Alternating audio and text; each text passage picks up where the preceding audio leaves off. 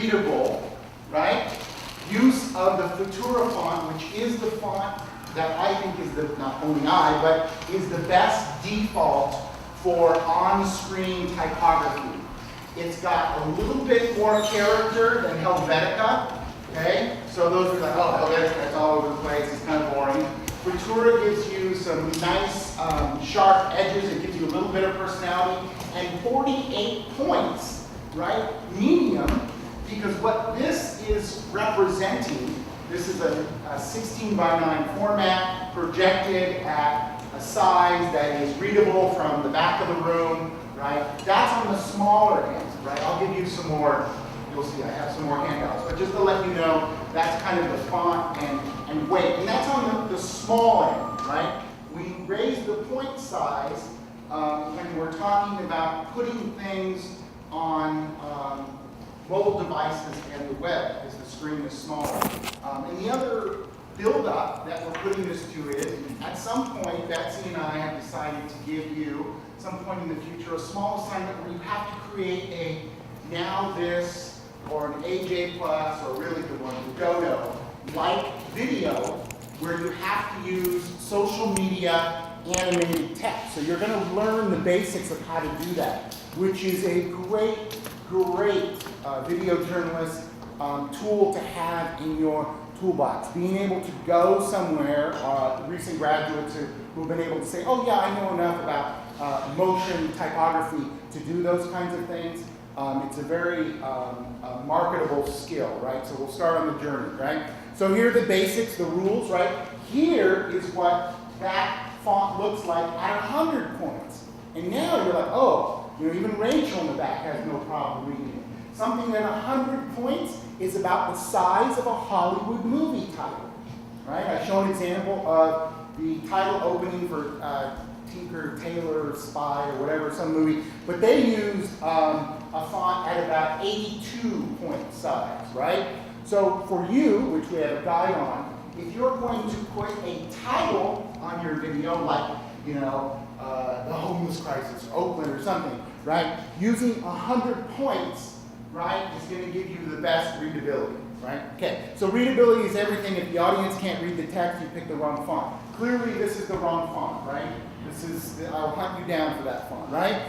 Readability is everything, right? Boom, boom, boom. You get it, right? And you can read it, right? Now, okay, we're also going to talk a little bit about subtitles, drop shadows, captions, and all of those things, right?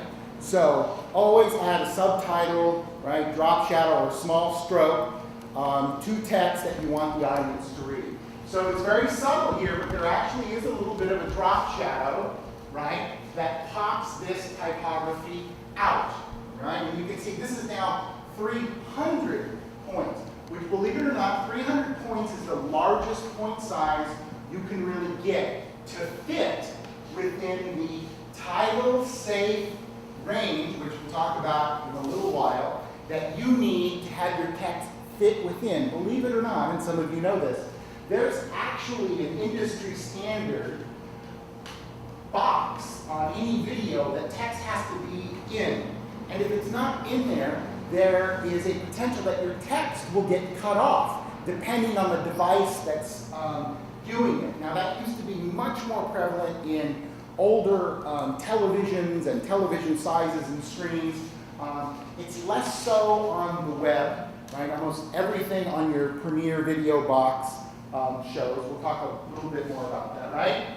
But you can see without the drop shadow, right? And especially think of, and those of many of you have already experienced a lot of this by producing your videos, which is why I want to go through this fairly quick and get in there and answer some of your questions and show you some new things, is that this image in the background works fine, but if this had been a lot wider, right, and the image had been a higher contrast, it might be harder to read this, right?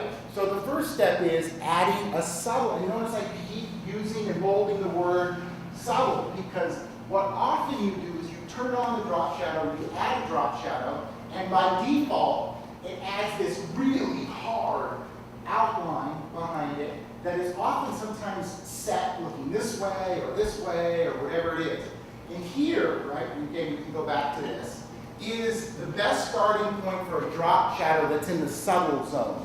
Then from here you adjust it left and right a little bit, right? Because it depends on the image itself. But there's an offset, and I'll show you this when we get into Premiere. The offset is the angle at which the shadow is coming. We don't want it coming this way. And funny enough, 150 degrees is the angle that is almost, imagine a sun casting a shadow. It's kind of coming from the upper left corner and casting a shadow that goes this way. That's how a proper drop shadow, at least in Western typography, works. We want it to orient, we lead left to right. All of the best people are left-handed. All of this kind of left stuff comes from here to here, right? So that's the first thing, 53. And then you want to blur it so it's not so tight, right? You don't want it to be a second really sharp version of the font. So you blur it about 45. And then you can actually take the opacity or the transparency of that drop shadow up and down. I find sometimes you need it at 100% because of it might be on a white background. But sometimes, in this case, this is 75%. It doesn't need to be completely black, right? And the distance, which is the distance the shadow is from the font itself, right? So those are good starting points, right? So this is just the minimum, right? How long should any text be on screen? Long enough for you to read it out loud to yourself twice. Always think about that. Read it.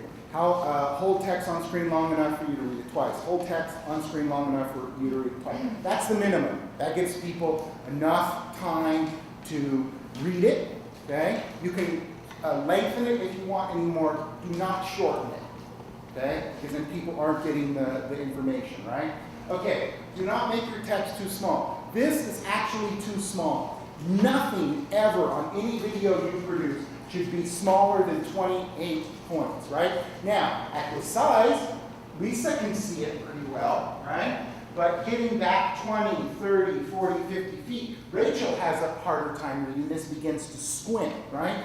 And this is a standard. If you go below 28, it's pretty much not readable in a movie theater for the people in the back of the screen. And if you are definitely on a mobile phone, or you're not on a large laptop, you're struggling to read it, right? And you don't want that. You don't want to make your text too small. That is too small, right? So in creating projects, broadcasts, title safe, action safe, okay? And this is what we need. In the project window, which we'll make sure you all turn on, there's a little wrench, and if you click the wrench, it shows a menu, and you can actually turn on the safe margins, and they look like this. And all of a sudden, you have these distracting two lines on your video in Premiere. But what it's telling you is, if you ever think you make a piece good enough to go on the NewsHour or on CNN or anywhere else, they require this. If you work on a documentary film that you want to be screened anywhere and converted and taken seriously, if your text is not within this title safe zone, they will laugh at you. We've had PBS NewsHour piece like, nope, this does not meet our standards for subtitling, titles, and text. And they rejected pieces, right? It looks like you don't know what you're doing. So I always, by default, whether it's going to the web or not, especially on longer pieces, just put everything in title safe. If it's a short piece, I can be a little lazy because then if it does get picked up by the NewsHour, it only takes me an hour to go clean up my mess. But if you have a lot of titles and a lot of subtitles on something that's 5 or 6 minutes long, or even longer, and you're not in the title safe area, and it's going to be produced on a wider, at a wider range for publication, you have to go back through that and readjust everything. It's a major pain in the ass. And action safe is action. Sometimes, depending on the device, it will crop this much of your image out, right? So you want to be careful. You don't want to have maybe somebody too close to the edge of the screen with maybe one eye here or something like that. You want to be very aware of that. But I don't find that action safe is ever as much as a problem as title safe, okay? So make sure the font is thematically appropriate for the subject matter.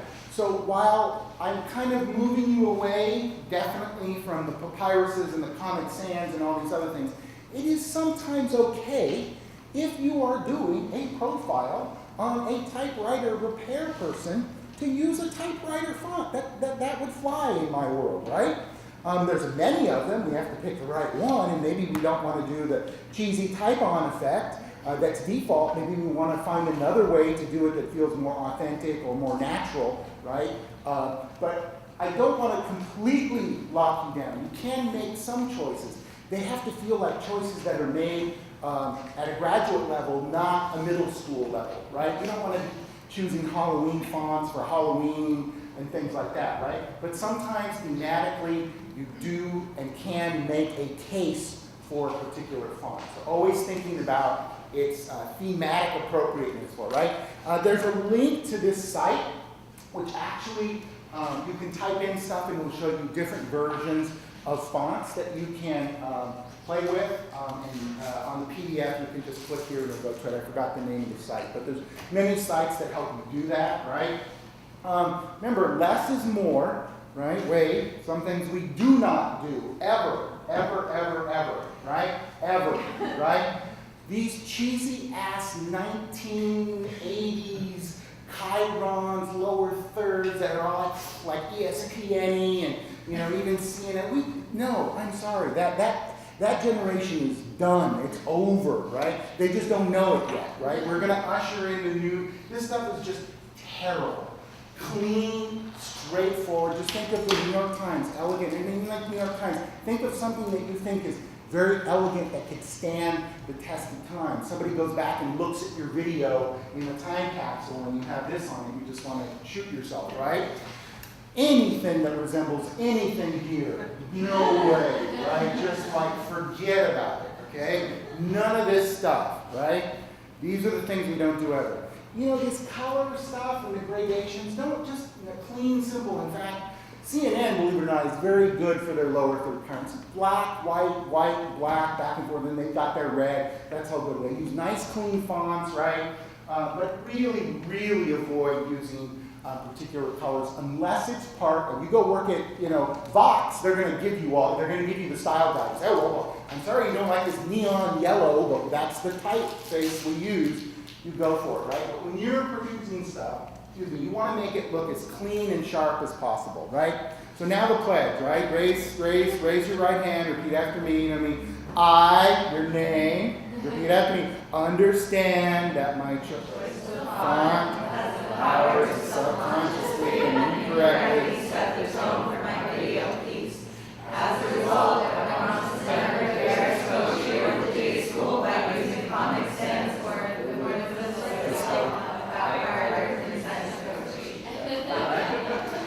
Amen. We just had church, okay? Done, okay? Quick intermission. If you haven't seen this, it's worth seeing. Now, if you're playing the movie on a telephone, you will never in a trillion years experience the film. You'll think you have experienced it, but you'll be cheated. It's such a sadness that you think you've seen a film on your fucking telephone. Get real.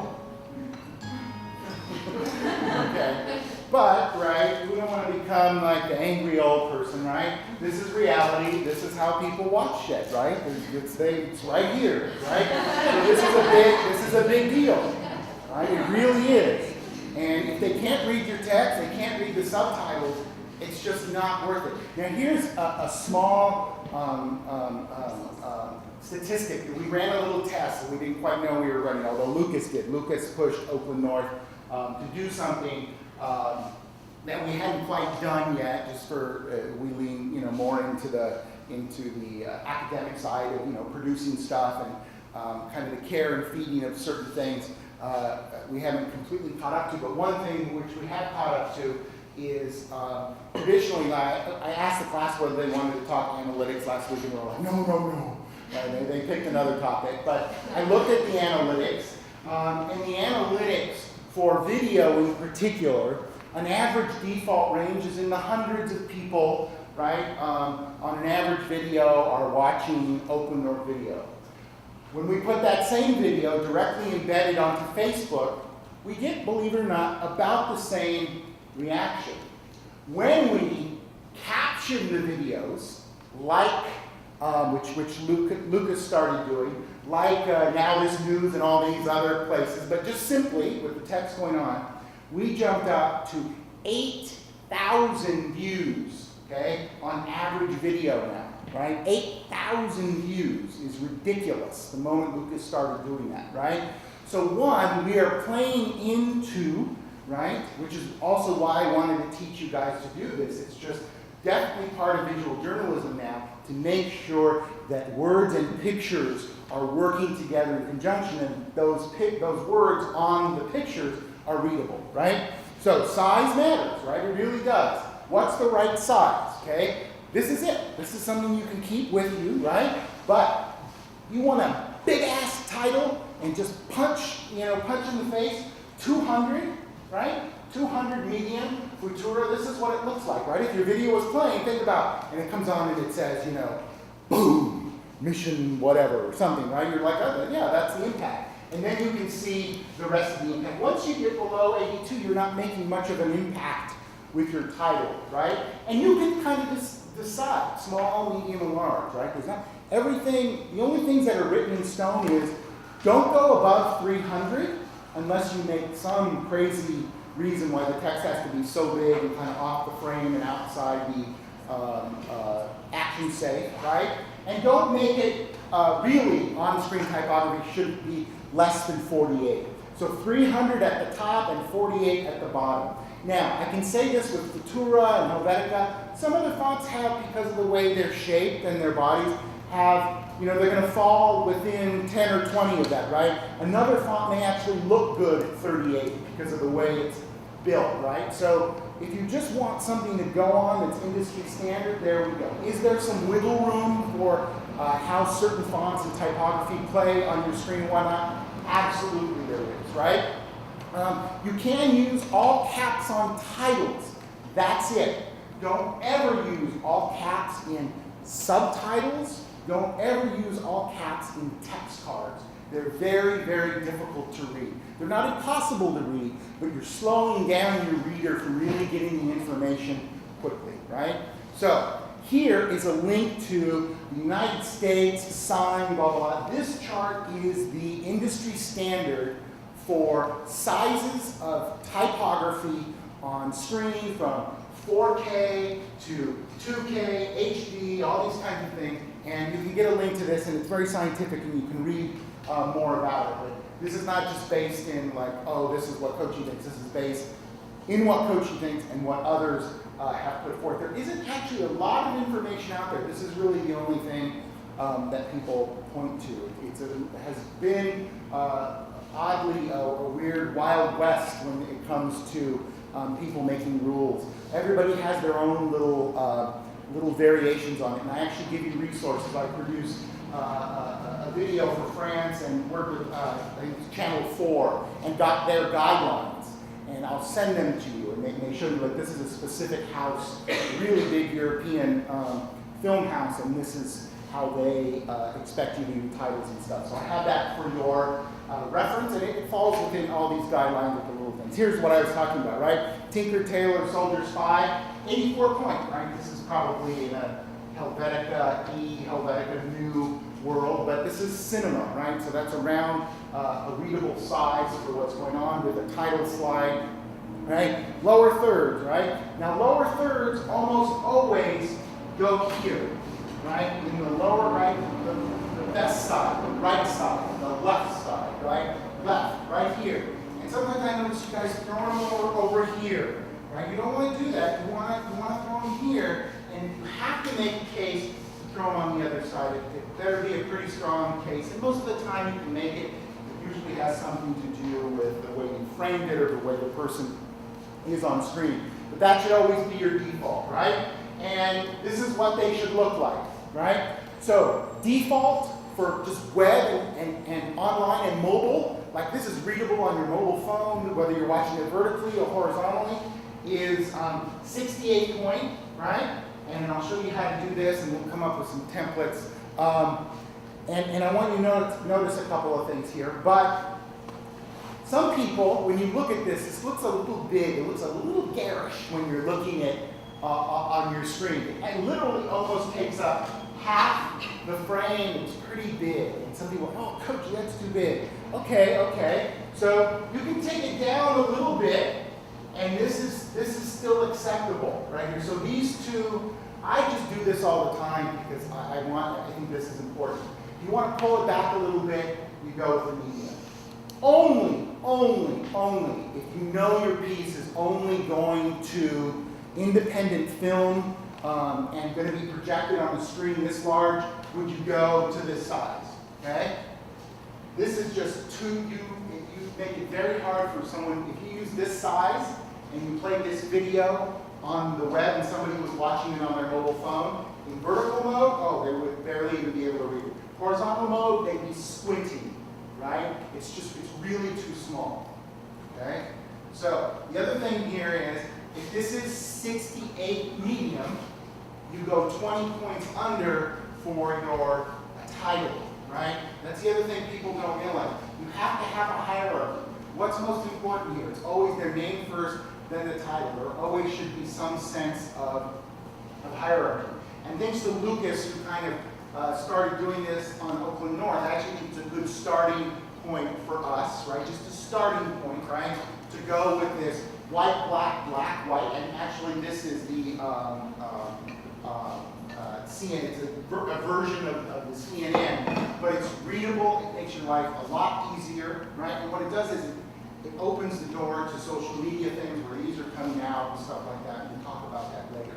But you can use this for reference, and the only reason my name is connected to this is because I had a previous slide where I had another version of it, and it did have Obama's name on it and stuff, but I just cut it up with mine. I was too lazy to change the background slide, right?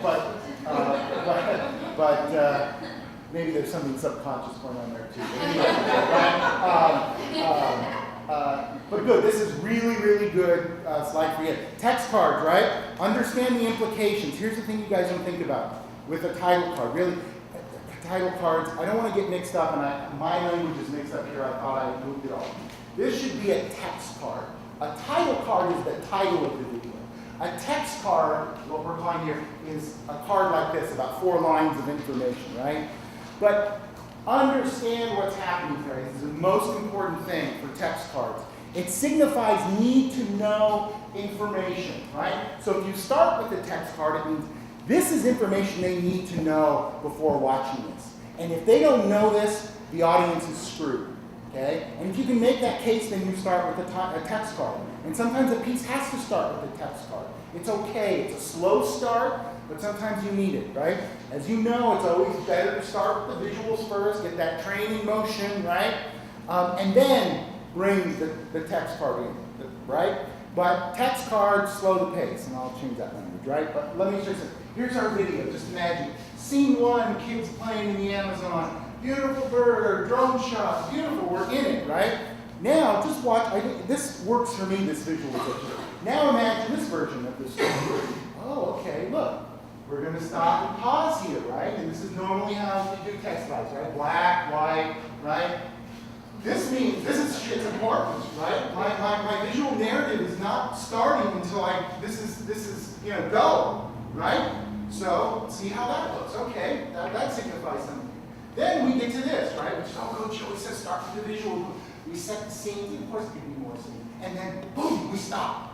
We get our information, and then we go, right? Now, this is really saying, okay, we're here, again, boom, you need to know this before we can move on, right? This is all acceptable, right? We do this, okay? Now, this, I think, is one step closer. Now, even look at the difference. When you do this, even in an exercise of storyboards, the flow still feels the same when you're watching it. What happens to the visual flow? It essentially stops. The curtain comes down. And that's important. Imagine you're watching a play, and the curtain comes down, and somebody comes out and says something. You are transfixed on him or her, and the curtain's down. There are no visuals, so you pay attention to this. And that might be the effect you're going for. And if you need that, you should do it. Most of the time, we don't need that, right? Really, what you need to do is keep the visual narrative going and incorporate the text, right? Which some of you do. We've seen it even from boot camp, right? Now look, the visual narrative continues to flow, and the information becomes integrated with the piece, right? So it feels natural, it feels like it's part of the wider piece, and it continues the narrative flow. Now, when I do title cards, I do them differently, because if I'm going to go through the trouble of creating a text card, that means that information is so important, people need to read it. What happens when you see a text card on screen? You probably glaze over, that's what most people do. They're just like, oh, get back to the visuals, right? A way to force somebody to read it is to unfold each line, fade it in, fade it in, fade it in. And what you're saying is, read this line, and read this line, and read this line. And by doing this, right, by starting with one line and then fading the second line in, and keep that one up, then fading the third line in, and this one is up, is it signals to the reader, this is even more important for you to read, right? And the other thing we've done is learn the background, which is something I'm going to show you how to do as well, right? So I'll show you how to pull this off among other things. This is so key. Okay, two things here. This is the most. You should, if you have more than this text on screen, you need to call an editor, get KP on the phone, and just say, how do we cut this down, right? Because more than this, you're actually narrating. You're the first generation, right, that doesn't want to narrate. That's like deathly afraid of it, right? Nobody wants to narrate at all, right? Narrating is really reporting. Narrating is writing, right? And that is a critical part of the video. You guys are not as good as you think of capturing the complete visual narrative with only your main characters, okay? You need the journalistic context and background. This is one way to pull it out, okay? Now, I would say if you have 3 of these at this length sprinkled throughout your piece, we'll probably let it pass, right? Any more words than this or one more title card, your ass is going to get in the booth. I don't care. There's no reason, right? Nobody wants to read, no disrespect, but nobody wants to read this much in a video. They're watching a video, right? They don't want to do this. It's just too much work, right? Too much work, right? So more than 3 of these, you really should think about narrating. That's like one extra text card than most people will give. And most people will say, shit, if you got that much, you should be tracking that, right? You should be writing it and putting it down. It's much better for your audience, right? Okay, here's the other thing you guys do. You've got one lower third here, then you have another lower third here, you put something here. Everything's jumping all over the place. Unless you're doing some kind of really kinetic, cool typography thing where you're doing it for effect, keep everything consistent, right? Your lower third should always stay here no matter what, right? Your title and text, center here no matter what, right? You don't want to see something, because that's what happens. Our eyes get used to where we expect text and things to be. And once you set it up once, we look there. Once you start moving it all around, it gets really hard. So thinking about that.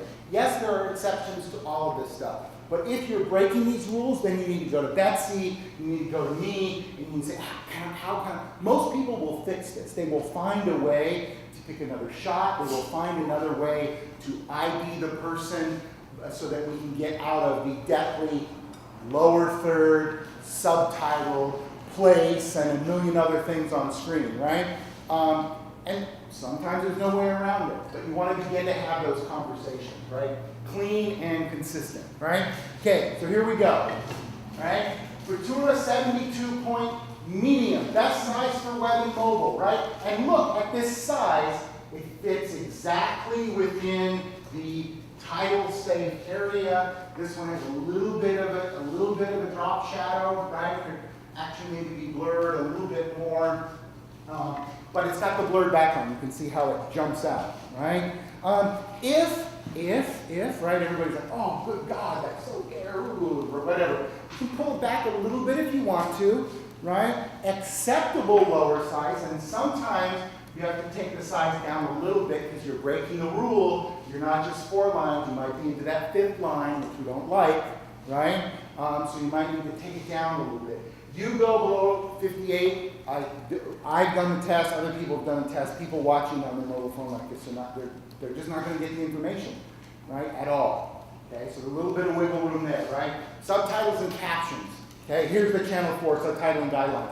So if you click on this, You can actually see a real house and what their rules are. They use a few different fonts, but you get the same thing, and we're in the same ballpark, right? As everything that's here, right? They use Helvetica. I'm getting tired of Helvetica, and Futura is a good way to go. Arial, as most people are using Arial for the lower, for the subtitling, and that's what we're going to use. That's industry standard. Okay. So here we go, right? And again, we'll show you these. So caption size, Arial, 58 point, right? And I'm going to show you the caption features. Some of you know how to use it, some of you don't, right? And no more than 2 lines if you have to, right? And so this is if you're doing subtitling, right? That's one way this comes about. I'll show you how we did all this stuff. But that is perfect. It fits within the title safe area, and it's readable, right, on mobile devices. And you can actually play around with the opacity of this. Sometimes it needs to be completely black. Sometimes it needs to be a little lighter. You can do that, right? This is just for later. We're going to actually do this on Premiere, but you guys can refer back to this, all this kind of stuff and how we do it. Drop shadows, same thing. We kind of already went through it, but you'll have this for reference and where the drop shadows are and what the numbers need to be, right? So you have that. So social media text. This is the fun thing we're going to talk about, right? Mogurt, right? So I just thought somehow about of yogurt, Mogurt. These are new file types for Premiere. It's kind of exciting. For those of you that are into this, it gets even more exciting because for basic stuff you don't need After Effects anymore. And in the download, I provided you with some Mogurt files that have some social media movement and stuff to them. So some templates that you can use, right? So also, there's this great, so what's going to happen, there's this great new site, right? And one of the downloads I got came from this site. It's free. People are making crazy, awesome, free shit in Mogurt files. You just download it, and you load it into your Premiere, and all of a sudden you've got crazy shit flying around, and text and titles. You can see all kinds of stuff you can do. Some people are charging for them $5, $10, $3, but it's new. It's a new ecosystem. Motion arraying is a great place to go. Now, those of you that are going to get serious about video journalism, learning, and maybe even take After Effects, learning that there's a whole ecosystem that all professionals use, right, around templatizing things is much like knowing that there is a free sound file, or there's these other things that can help support you, right, background music. Well, there are also templates that people will use. You've seen those car commercials where they do this little animated call out that sticks to something, you know, as it goes. You can actually get those here, and they're already built for you. But you can also build them yourself in Premiere, which we'll begin to hint at, right? We won't be able to get through everything. I'll show you the important stuff, but I'll start you on this journey. Now, again, this is only probably about a month old, and this is going to grow. I guarantee it, right? And I'll show you how you get it and how you install them, all those kinds of stuff, and how to make your own, right? So when, right, you potentially, either for a pop quiz assignment that might come your way one day, say, hey, here's some footage, put together a 30-second social media like AJ Plus like thing in Premiere with this stuff. You now know the typography rules, right? So these are generally a little bolder, and the writing is way super, super tight, as you know, right? But now we're looking again about the title size, about 82, which is what this is. And you can see that at this size, you don't have a lot of room for text. Well, when you start going below this, like you go, oh, I'm going to need more text on there. What happens is it gets smaller and it's unreadable. The reason that people are creating these snackable, right, not fully baked, you know, deep, long dives that's the point, little bits of information, right? So social media, these social media teasers, if you will, to content, right, are not about context and oftentimes it's not really about deep journalism, right? They're just like, hey, tigers cover 50% of the world. Then the next thing, tigers are cute. You know, we love tigers. And then you're like, out, right? I mean, so, but you need to be bigger, you need to be really concise, right? So, acceptable Premiere templates. When we open this graphics thing, there are some templates in there.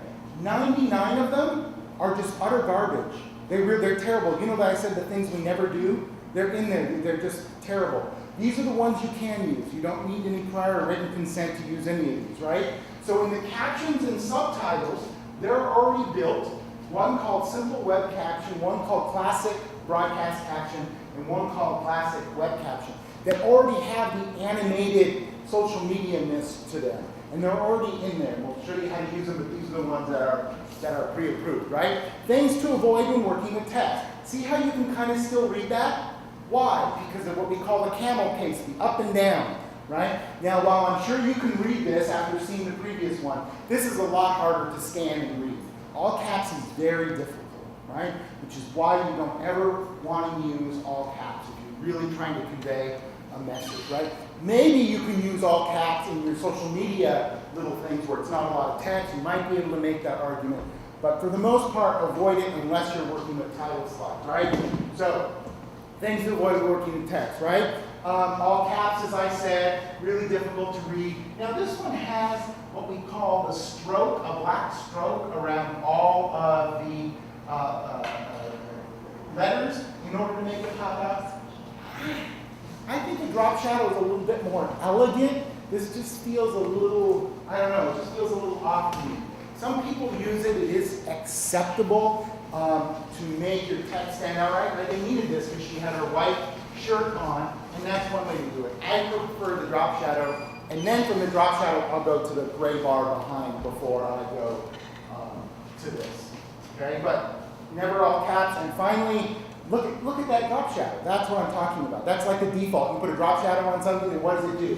It takes the angle of percent, right, like really far, there's no blur, it's just terrible. And what it does is it actually muddies up the readability, right? So somebody in the back of the room, right, will definitely have a harder time reading that very quickly, right? So we're avoiding these things. Okay, 2 font resources for you. Love it, great, Font Squirrel and Da Font.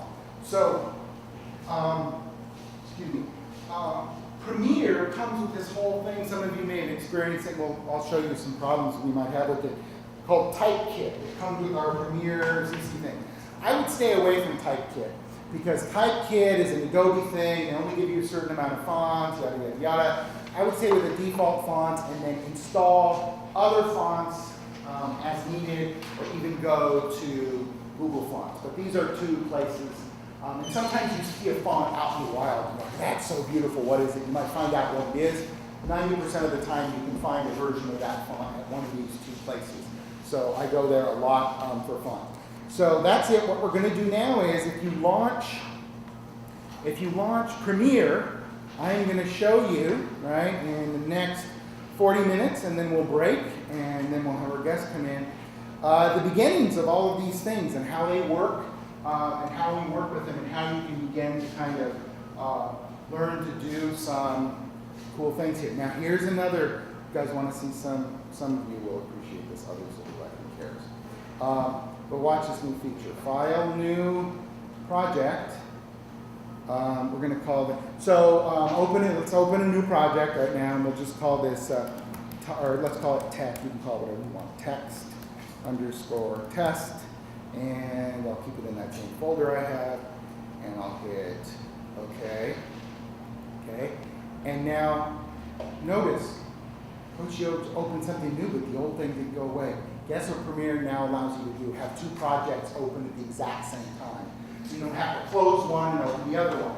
But the weird thing is that everything stays the same. You just have a new project window. You have to create new sequences and all that stuff. So it can get confusing, okay? But I'm just going to start where you are. But I just want to let you know that now. So sometimes, because I asked you to update, so by asking you to update, I just wanted to point out 2 things. So if you updated, and you'll have to if you haven't yet. And if you haven't yet updated your Premiere, it's okay. 90% of what I'm going to show you still exists in your version. You may have some trouble with the Mogert files, but that's okay. You just need to update. But that's a new update, so if you're ever trying to open another project, you're like, why isn't it opening? The old one's still there. And you know you're running the new version if you get this new lovely icon here. That's one of the ways to tell. And if you haven't updated it, you don't have to worry about going through the update right now. okay? But I'm just going to create a new project. You guys should have this down. Again, text underscore test, and I'll just call this O2 and hit OK. We'll get a nice clean, we don't have any video, so it's no deal here. And we're just going to go to normally we have this little lovely editing thing set up. I'm going to double click this just to reset it so that it's exactly where we need it to be. Now, I'm going to make sure if you've downloaded that zip file, which is here, titles, the yada yada yada, I'm going to unzip it, and then we're going to double click to import the media. So from titles, J282, 17, downloads. In the stills, I'm going to open up the stills, and right now just bring in these stills. We're just going to serve as background for you so that we can have, so we're working just with titles, but I just want you to have some background so you understand kind of what's going on. So you import these stills, of course, the video, but we're just going to use stills because they're going to download a lot easier. So I'm going to double click on one of these. Let's start with this one right here. The kids playing in the river, and just drag that here, and let's just pull it out. Okay. So the first thing we're going to do, which I think is really important, is just teach you the basic, what Premiere calls captioning, but are really subtitles. Okay. So if you really needed to subtitle something, this is the best, most efficient way to do it, okay? So, here we go. And the other thing I'm going to do is not only give you that PDF, everything I do here, I'm going to make a video tutorial like I've done with other things. I haven't done it yet, but I'll make it for you so that you can kind of relive, because I know you're dying to relive this whole experience, online. And again, there's a lot of also great other, not as great as mine, but good video tutorials out there as well. They don't have my dogs barking in the background and all that stuff, right? Okay, so what you do is you go down, believe it or not, to this little tiny window, this little tiny icon, the text item, the new icon item that's at the very bottom of your project window where your assets are, okay? And you click that, and there's something called captions, okay? Now, this is really, really good to know. Now, if you're just creating simple on-screen captions, let's call them subtitles, where people are talking, okay, what comes up right now is the standard. These are actually the formats for closed captioning, which is really cool. So you would do the same thing if you wanted closed captioning on your videos. But we don't want that because closed captioning by default is off. And only once you upload it to a server like YouTube are you able to turn them on and off. We want something else. And there's something else that we want when you click down. It's just called open captions. Now, they've done this stupid thing with subtitles. Don't worry about subtitles. That's not what we want. We want open captions. And that means, right, that they're going to be on the screen the whole time, which is what we want for our subtitles. And this, by default, will pick your sequence size, so that's good, and then hit OK. Now here's what's cool. It's created this captions box here for you, and all you need to do, this is where it gets really cool, is drag it on top of your video. Okay, I'm going to zoom in here. Maybe I'll tilt this up so you can see it, and zoom in here. Okay, and this is an entire box. Think of this as an entire box that you can pull out for the entire length of your video that's going to hold each subtitle when you need it. This box can expand as long as you need it. Okay? Yes? Sometimes you just have to zoom in closer and get to the end and pull it out. See, look at mine did that too. I think see, mine's not going right now. There is a bug. Now, then I did it again. It worked on the third time. So I think that's a bug. That was happening to me last night. So I had to grab it like in 3 different spots at the end there before it would pull out. See, now it's not working. And now when I grab, maybe it's grab closer to the top. That might be it. Notice I grabbed closer to the upper corner here. For me, it only works when the arrow is facing the wrong direction. Yeah. So it seems like a little bit of a glitch. Now remember, their versioning right now right? They had this big conference called Adobe Max where they come out with new products. So expect Premiere to be a little unstable for a month or two before, because they kicked out a new version, right? But I did notice that. Okay, that's the first thing. Now here's where I think it gets really cool and has made my life so much easier when it comes to dealing with this, right?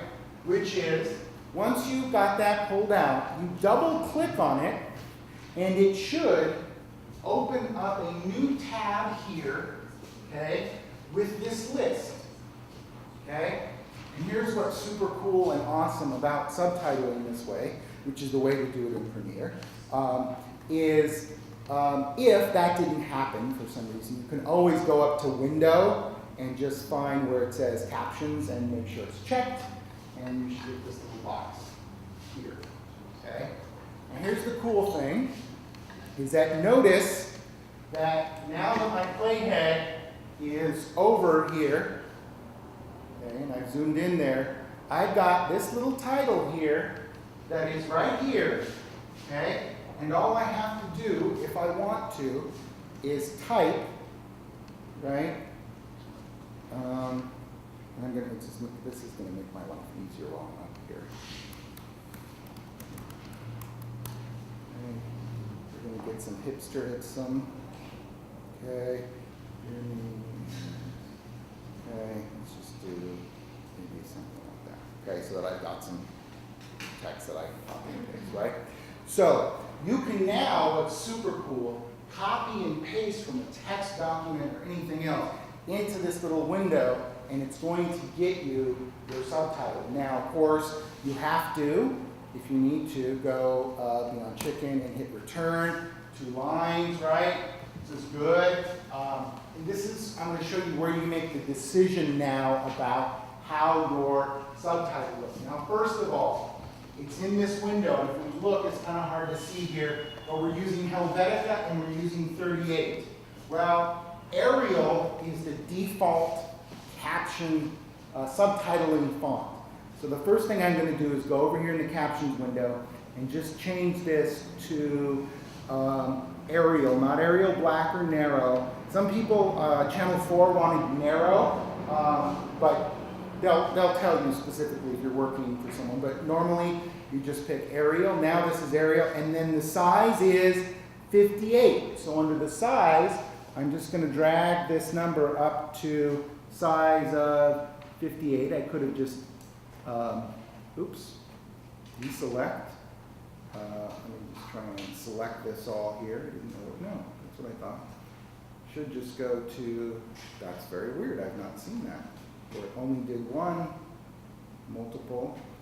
I'm going to select it all, and instead of multiple, I'm just going to type in 58 for all of it. There it works. And you can see, how 58 is a good size because it fits, and by default, we've got 2 lines. Yes? How do we put in the, what are they called, the lines around the outside?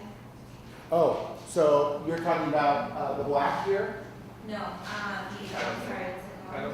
Yeah, that. Oh yes, great question. Thank you. I would have forgotten that. Title Safe, which I have on by default, is right here. Your project window, you have a little wrench icon. Thank you, Ann. You click on that, and you scroll down the list, and you should see Title Safe, Safe Margins, and you turn those on, or you turn them off. Sometimes they get distracting, but you turn on Safe Margins, and you can see that. So all text should be well within here. That means you're always going to be safe no matter what happens. You'll never have to go back and re-edit or do anything with the text. Now here's what's cool, okay? These little guys expand and contract so that, let's say, this person is only talking these words from here to here. All I have to do, and I'll zoom in here so you can see it, is go to the end of this little guy and pull it in, okay? And now this subtitle is only on screen for this amount, and it goes away. What if you go, oh yeah, but now I need to take the whole thing and move it over here, okay? So you basically have tons of flexibility within this box. Let's add a couple more to show you how you add more subtitles. So we'll just say that this 2-line let's say, a conversation setting. Oh, let me talk a little bit about conversations. I know this is a little bit in the weeds, but it's prepping you guys for more. Two people talking, they each get a line. I've seen people do it in color. That's okay. This is, just know that this is the more the industry standard is. They each just get, the lines signify two different people talking. It's a dash, right? I've seen people use color or whatnot, but some people ask. That's generally the way. So if you've got two people saying things, this is the first person, and that signifies the second person. Okay? So we move over, yes? Sorry, just to No, it's okay. back for a second, but how did you break it apart so that they're auto-displayed in a few lines? Great question. I just went, so when I copy and pasted, it didn't bring any kind of line break in. So I just went to the end of chicken and I hit return. And you see if I do that again, it breaks it. So sometimes copying and pasting is wonky because you're copying and pasting from Word that has different line breaks than here. So sometimes it's easier just to kind of type it, but you do need to hit return within the box to create the new line. Okay? Second thing on here is the black background. Kind of a little garish, a little much, a little stepping on my beautiful visuals. So how do we take this down?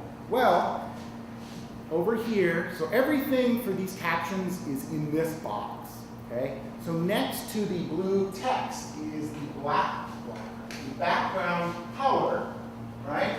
So if you select that, so right now, the text is selected and our text color is white, so we can change that if we wanted to.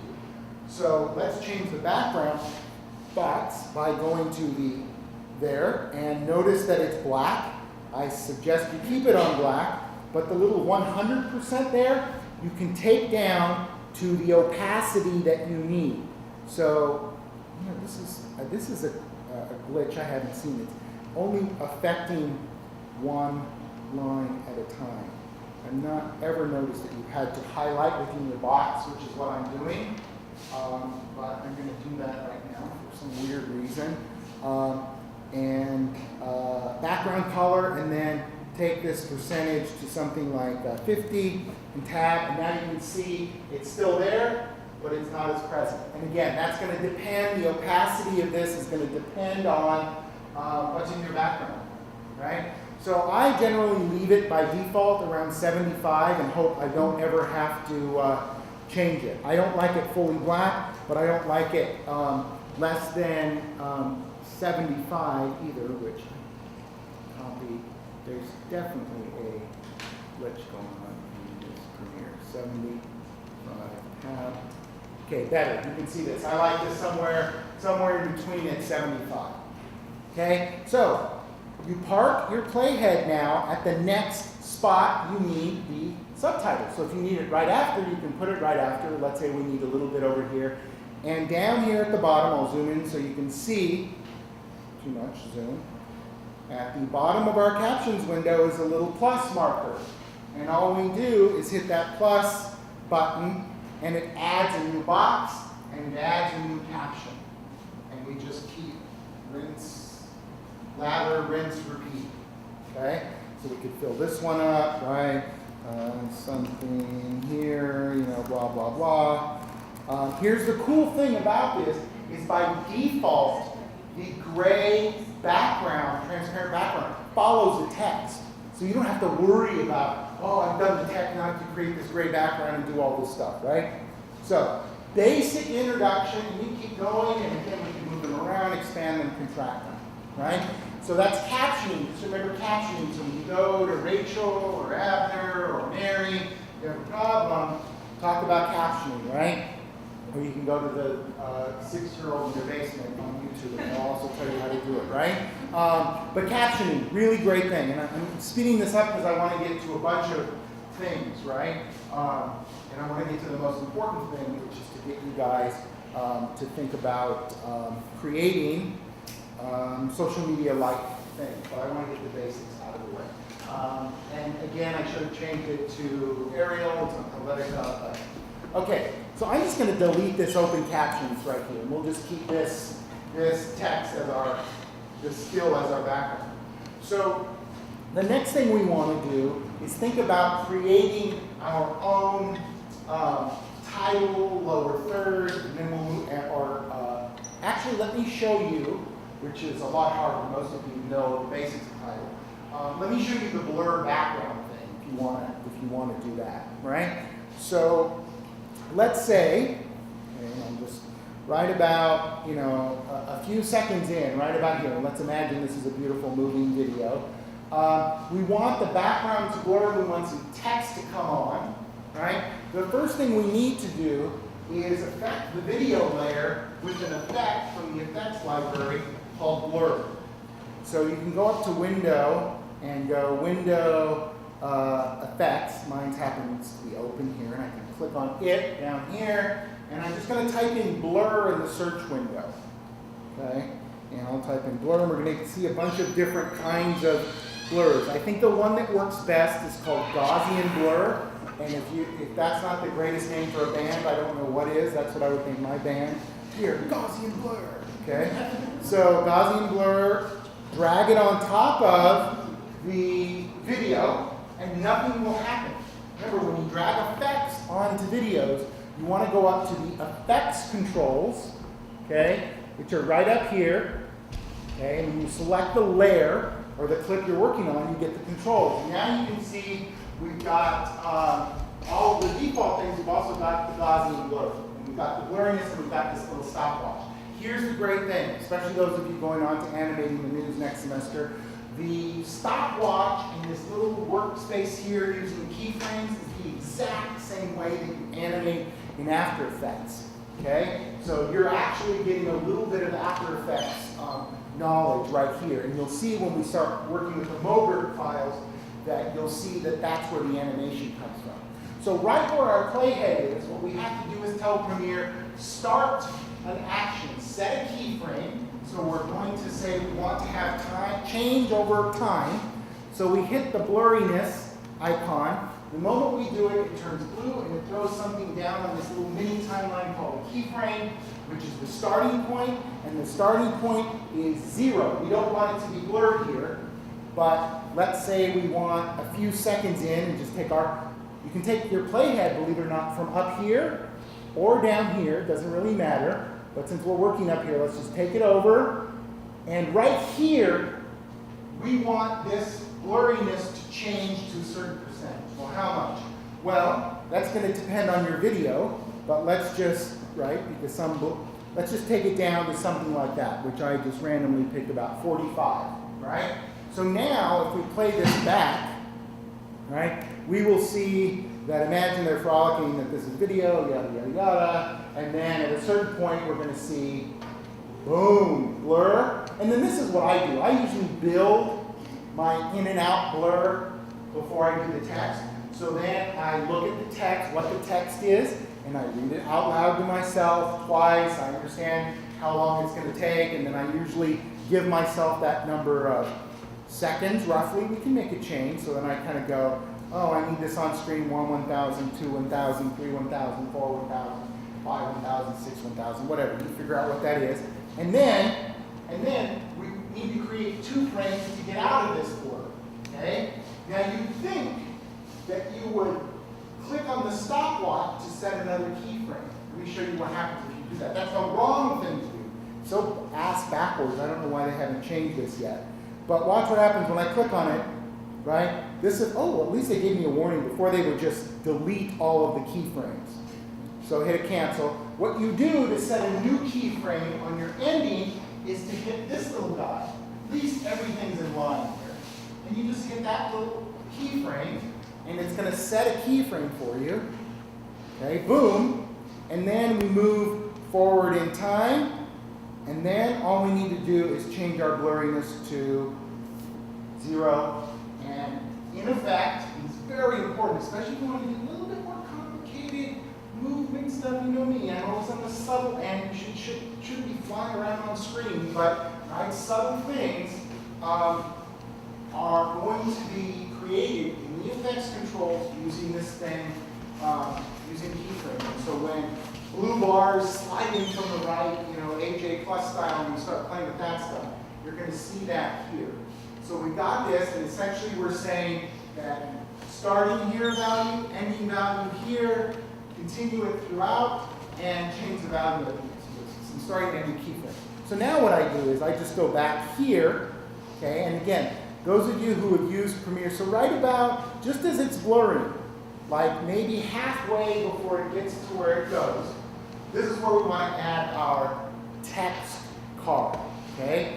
Now, we have a new panel, and this panel is really important for you to just get used to. Those of you that came from the legacy versions of the titler, and just let that shit go. It's gone, it's dead. We're never getting it back, right? It's there, you can use it. Just get used to the new one. There's some great things that go on with the new one. And just realize anybody who does a tutorial from now on is going to use the new graphics panel.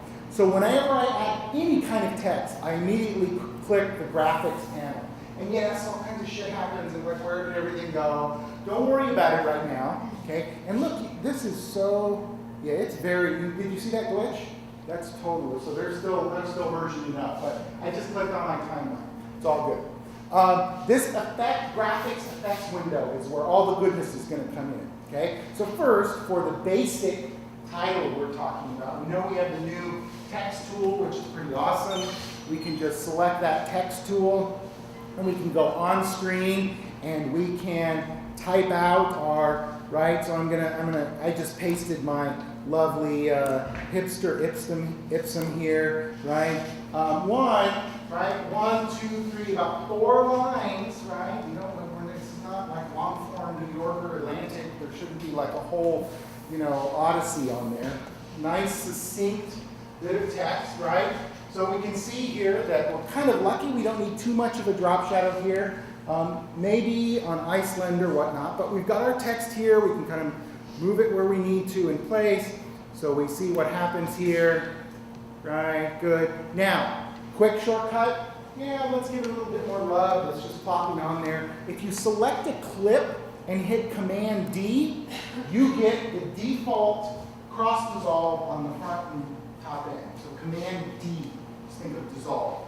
So now we have a little bit more elegant of a text, beautiful text, text kind of blurry, and it comes on a little bit, and it stays on for you long enough to do it twice, and then it goes away, and our image should fade back in. So you can see that maybe the timing on this needs to be a little longer, but you get the idea of what we're going for, right? Now, let's look here, because we talked a little bit about drop shadows. Whenever you create any text, and you use the graphics tool, you've got all of these properties for you.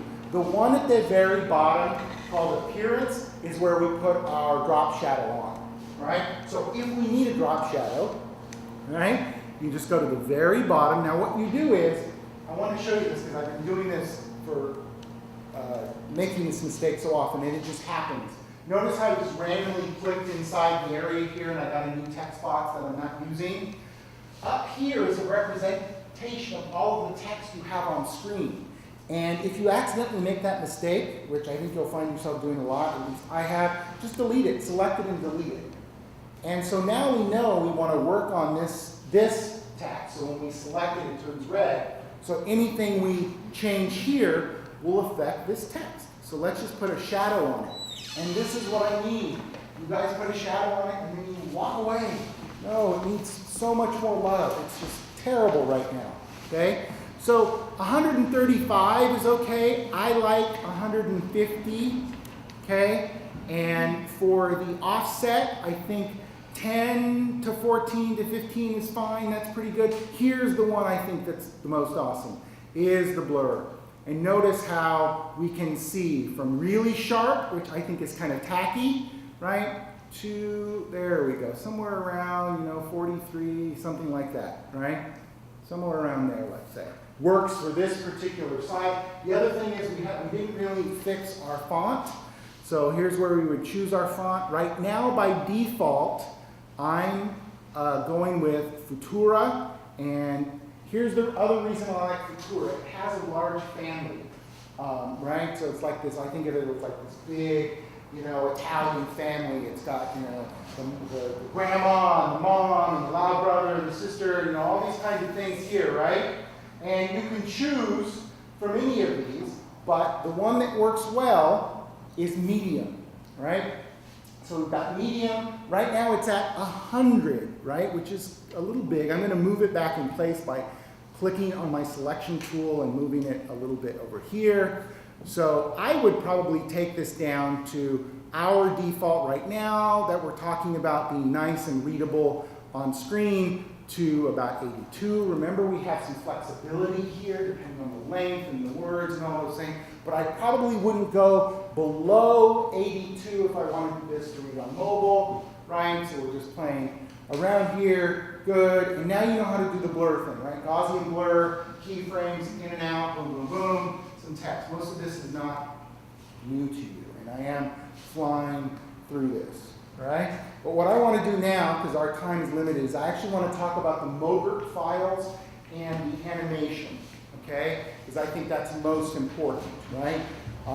And so what we're going to do now is we'll just keep this particular video up there, but what I will do is I'm going to go back up to my effects control, and I actually this time am going to click on the blurry, and I am going to get rid of the keyframes, and that leaves it at the last keyframe there, so I'm just going to type this blur to 0. In fact, what I could do, which is what I really want to do, is I'm going to turn this effect off. Now you could select it and delete it, or just uncheck the FX icon, which allows you to keep it there. Maybe you want to use it later, but it turns it off. I'm just going to delete it for now, because I don't want to have that blurry part in there. I want to do some social media stuff here. Okay, so by default, Premiere has some little social media stuff built in. So in the graphics panel, when you go to browse instead of edit, you're going to get some real vomit. Most of this, just pretend most of this stuff is in here. Do not go into like news package and go, oh, God, can't you already tell this is shit? I mean, I don't, I'm serious, these are not Koci approved. Do not use any of these. Now here's a weird thing. When you navigate and you go into a folder, like let's say, you'd think, oh my God, lower thirds, yes. What do they have for us? Every one of these is a massive piece of shit, okay? I mean, it's just, I don't know why I have that history of just, I mean, who wants this ugly blue? It's just, don't use it. I've looked at them all. I've done the homework for you. There's 3 in this whole suite that are worth it, okay?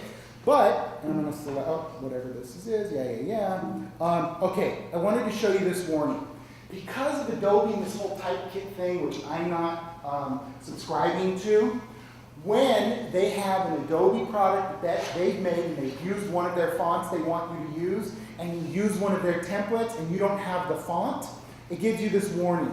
And that's okay, I just go, okay, no, I don't care that I don't have RoboSlab. I hit okay, and it will default into some ugly ass font you have on your computer. Sometimes it's not ugly, but all you need to do is go to where the font is, and you can see here, change it to Futura Bold. It'll change. But anyway, let's get rid of this. It's just butt ugly. We don't want to use it, right? So browse. When you go to browse, again, notice it's just this weird way it works. It's fine. To get back to the default, you click on this second pull down, and the home, very web, right? It's the /. That's home. So when you go home, you get all those templates. Now, some of the templates you're not seeing. Oh, where's this one, Koci? Where's this one? These are the ones I'm going to give to you and you're going to install right now. And you can play with them. They have all this animation stuff. But before I give those to you, I want to show you the 3, right? That. Now, if I were you, which I'm going to do after this, I wanted to show you me doing this. See this like news folder? Watch this. If you right click it, delete. Yes, I am sure. You never have to worry about that again. And delete every folder, even credits. There's no good credits in there. You know what credits are in there? Anybody here George Lucas kids? No. There's crawling Star Wars credits. We don't need those, right? As much as I love it, but get rid of everything, literally, or you can keep it there. Captions and subtitles. Okay? These are the ones you want to open. And the ones you want to use, there's 3 of them. And I showed you in the PDF, which I'll give you. But let's play with some of these. Okay? So let's try simple web caption, which for me is down here at the bottom. And I want to show you, by just clicking and dragging it over here, what it does. Now, I've done nothing to it. And I want you to watch something when I play it back. Look what it does. It comes up from the bottom, right? And then it goes away. right? It's simple, but it's very AJ Plussy, and you can use that, but it's simple and it's clean, right? And once you have it selected and you click on it, notice that when you go to your effects controls here, and even if you look at it closely, it's got a head and a tail. It's got some animation already on it. This is what's great about files. You can now import files that people have created for you with tons of animation. They've done all the hard work. You just import them, and then you can leave them as they are and change the text. Or if you want, you can change the animations, right? So let me pull another one down that I like a little better and go back to browse. I think it's classic web caption. And let's play with this one so I can show you how you change things. Now here, look at this. Hey, we use this font. You don't have one. I don't care. Okay. Yes, I'm not going to use your fonts right now. Okay. And now I have this ugly ass font, but let's look at it. What does it do? This one slides in from the side, which I don't like that much, but it's very, shit sliding in from the side. Now this new stuff. In fact, since I don't like that one, it's approved though. Let's just use the, I'm sorry, simple broadcast. That's probably the one. Okay, there we go, right? Just a nice little one. I think this one just fades in and fades out, right? Oh, this one comes up from the bottom. Whatever, let's just go for it. When you choose one of these templates, you select it, and you can play with the animation here, but more importantly, is back up here in this list of essential graphics is where you can change each of the properties. For the background, right? And the background actually has very subtle opacity here that you can barely see. Or you just change the words on the caption. So if we select the first one where it says captions and subtitles for broadcast, okay, we know we're working on this. We take our text tool, and with it highlighted red, we just double click in there, select all, delete, and here, right? And there we go. You can change these, and simply by changing it, I've done nothing else. And watch, it'll still do its lovely goodness here, which has come up from the bottom, right? Okay, those are the 3 pre-installed Adobe new motion graphic templates that come with it that I think are approved for you to use. Now, this is what we're going to do. So if you go down that lovely deep rabbit hole after this, those of you who are like, Mogert files, how can I get more Mogert files? That's what you would Google, right? This is how you install those Mogert files, right? And we're going to install some cool ones that you can use that I've already downloaded for you. So you go to Browse, okay? And right here, under the Essential Graphics pull down is a folder with an arrow. Look at Install Motion Graphic Templates. This is the new part of the update that's really cool. Now, if you don't see that and you're on a later version, once you update, you'll see this. It's very easy. All you do is select it and then navigate to where your Mogert files are. So you guys have them on your desktop, and I pulled it in title, JD downloads. Now, inside Archive Copy, Gal SM, and Simple Titles are the Mogert files. So let's just go to Archive Copy. Open it up, and this is what you're looking for. Here's the goodness right here. Mogert, right? So let's import one, and let's just, it doesn't matter which one, rectangle, center text, either way. And I think, can we, yeah, it doesn't let you shift select for some reason. That's okay, we gotta do them one by one. Okay, and boom. Okay, now here's what happened. I imported it while I was in the captions and subtitles folder, so it put it in there. But that's actually kind of where I want it, in the captions and subtitles folder. Now, here's this beautiful little thing. And watch, if you click and drag this beautiful little thing, cancel, hold on, because, oh, okay, I don't know why these numbers are stacked up this way, boom. It doesn't matter, I should have dragged right above here where I want. It gave me that type warning. It just says, hey, the font that they used for this, you don't have. And it defaults to some crazy ass font I have.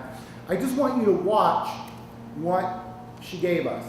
It's this little thing that comes down from the top and goes down to the bottom, right? You're like, okay, whatever. But select it, and you can select the text, and we can now change this text to whatever font we want, right? We can do Futura medium, and we can even change its position here just to align it with this box right now. I'm doing that with the position here, and let's just leave that out of it, how it is right now. Now Premiere Gal actually has some of these things, but I've already downloaded it. This is a free one, and I want you to watch what I did, right? By moving that position over there, it gave it this little thing we actually didn't want, so I'm going to undo that, right? But I will at least redo. We go back to browse, or I'm sorry, to edit, select the title. I'll show you some other ones that are even better. Available, and change the font here to Futura Bold, and okay, so it's got the animation on there. Why? How can I? Maybe what I'll do, because if I move the box will also move. This is an interesting little thing. See, my problem is, notice it has the animation. If I move, oh, I bet I can do it. Text. Interesting. Okay, I haven't figured that one out. Let's bring in some other ones real quick. All right. One that I think will work really right. So, social media, a rectangle text from left. Okay, or any one of those. These are where they come in from the side. This is what I'm going to show you. Okay. More importantly, this one, it really does save you more time, right? So there, oh my gosh, yes, that's what every fucking snackable little video uses, these little things, right? Watch. Yeah, we play it. Yay, okay, we're like, yes, okay, right? That's what we want. And in that folder are a bunch of other MOGRT files that you can import that give you a lot of this little motion stuff. Import them on your own time when you have some time and play with them. But let's finish with this one. And so we have this one that comes from the left.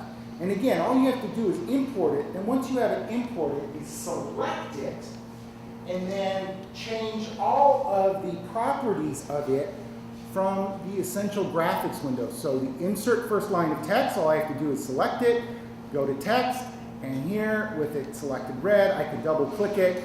And I can keep it on Helvetica New, that's an acceptable one, or I can go to Futura Medium, which I did, and I can bring it up a little bit, right? Now here's the cool thing. See how I brought that up a little bit? Maybe I wanted it that big. This is the rectangle right here, right? When you select the rectangle, whichever one it is, rectangle 1 or rectangle 2, let's see, rectangle 2, so it is rectangle 1. You can now, with rectangle 1 selected, you can go to your selection tool and you can grab the end of it and just pull it out, right? So you can adjust this for the size of your text, right? You can even, with rectangle 1 selected, change any of these properties. Like what if you go, oh, the fill there, I'd rather have it be, not this crazy, I don't know, I'm sorry, you know the game, but let's just go somewhere that feels better here. Oof.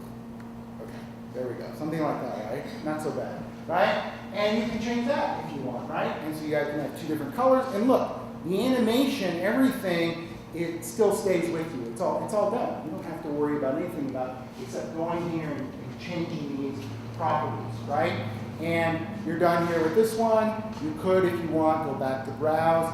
And let's bring, I'm going to bring another MOGRT. Once you bring them in, you never have to bring them in again. Let's bring in the right one. They're going to stay in your library, okay? Now, when you download them and you get these MOGRT files, you want to put them in one place always, right? You don't want to have one on your desktop and one here and one there. So every time you open Premiere, it's going to want it to be in the same spot. So just like downloading fonts and whatnot. Yes, Lisa. So that text was like out of the same area. Mm-hmm. I just tried dragging it in with the move button, but it added animation. Yes. How do you drag it over without? Great question. So when you want to move this animation itself as a complete package, this is what you do. Don't take the selection tool. You select the entire box itself, and then you go up to the effects panel and you move the entire box with, right? That's why earlier, you know that text I moved and then it moved everywhere? I should have moved it within the effects control. So you select it and make your effects controls. Now watch, as I move this, I can move it where I need to, and it doesn't mess it up, right? Now it's got what we call a mask on it, so we can actually see that mask there. So while we move it there at the end, we're not really, now it's a little too much to be going into this right now, but we can see the mask here, and we could change the position of that, right? But I would say in this case, this one in particular, so let's talk about this, because this is a good one. Remember we talked about this kind of saying, well, first of all, these kinds of videos, they only live on social media. And when you export this, there's really no such thing anymore as title save for action's sake. When you export a video that goes onto social media or Instagram and we square it up, and I can show you to do that, it's going to have everything, it publishes everything. We don't have a viewport issue anymore. Now, I doubt that NewsHour wants to publish one of these things for broadcast, right? So I wouldn't worry about that. But you're locked in a little bit to the animation that they've already created. Okay, so I'm sorry it was like so extended, but here's the thing. When you start playing with this stuff, one, now you know a couple of things. You know you have the potential with the built-in templates to use those three in the presentation: classic broadcast, simple web, and those are there. You know that you can build, right, text and typography based on the presentation you'll get. And now you know you can also begin to download some of these pre-made things. And here's the thing we're going to do for you. I'll work together with someone from each section. Maybe I'll start with the fellows, and we'll come up with a template for each section that uses the colors and maybe the fonts and everything, and create a Mogurt file that we will then give to you guys. And all you do is you import it, and it's already going to be in the Richmond Confidential font and style and color, and it may have a little animation to it, very subtle animation, and all you need to do is import that file when we give it to you, open it up, and just put your text in here so that you can just have it each time. And here's the cool thing is that you can just copy them or select. So if we wanted to use this again, we can just hold down the Option key and drag it. And here's the other cool update they've done. Now this is exactly like a new one. So if I go here and change this blue to, this reddish, it doesn't change the first one, right? So now we can have multiple versions of this. So now if we wanted to, look at this. We've got our own almost social media little thing going on there, right? We can play around with it. So we will hand those out, and also if you're working in tech, you're doing stuff, just go to the fellows or myself, and we can help you figure out what you're going to do. What we're going to do right now is we're going to take a 10-minute break, and then we're going to come back, and we're going to listen to our guest speaker. So we will see you guys in about 10 minutes.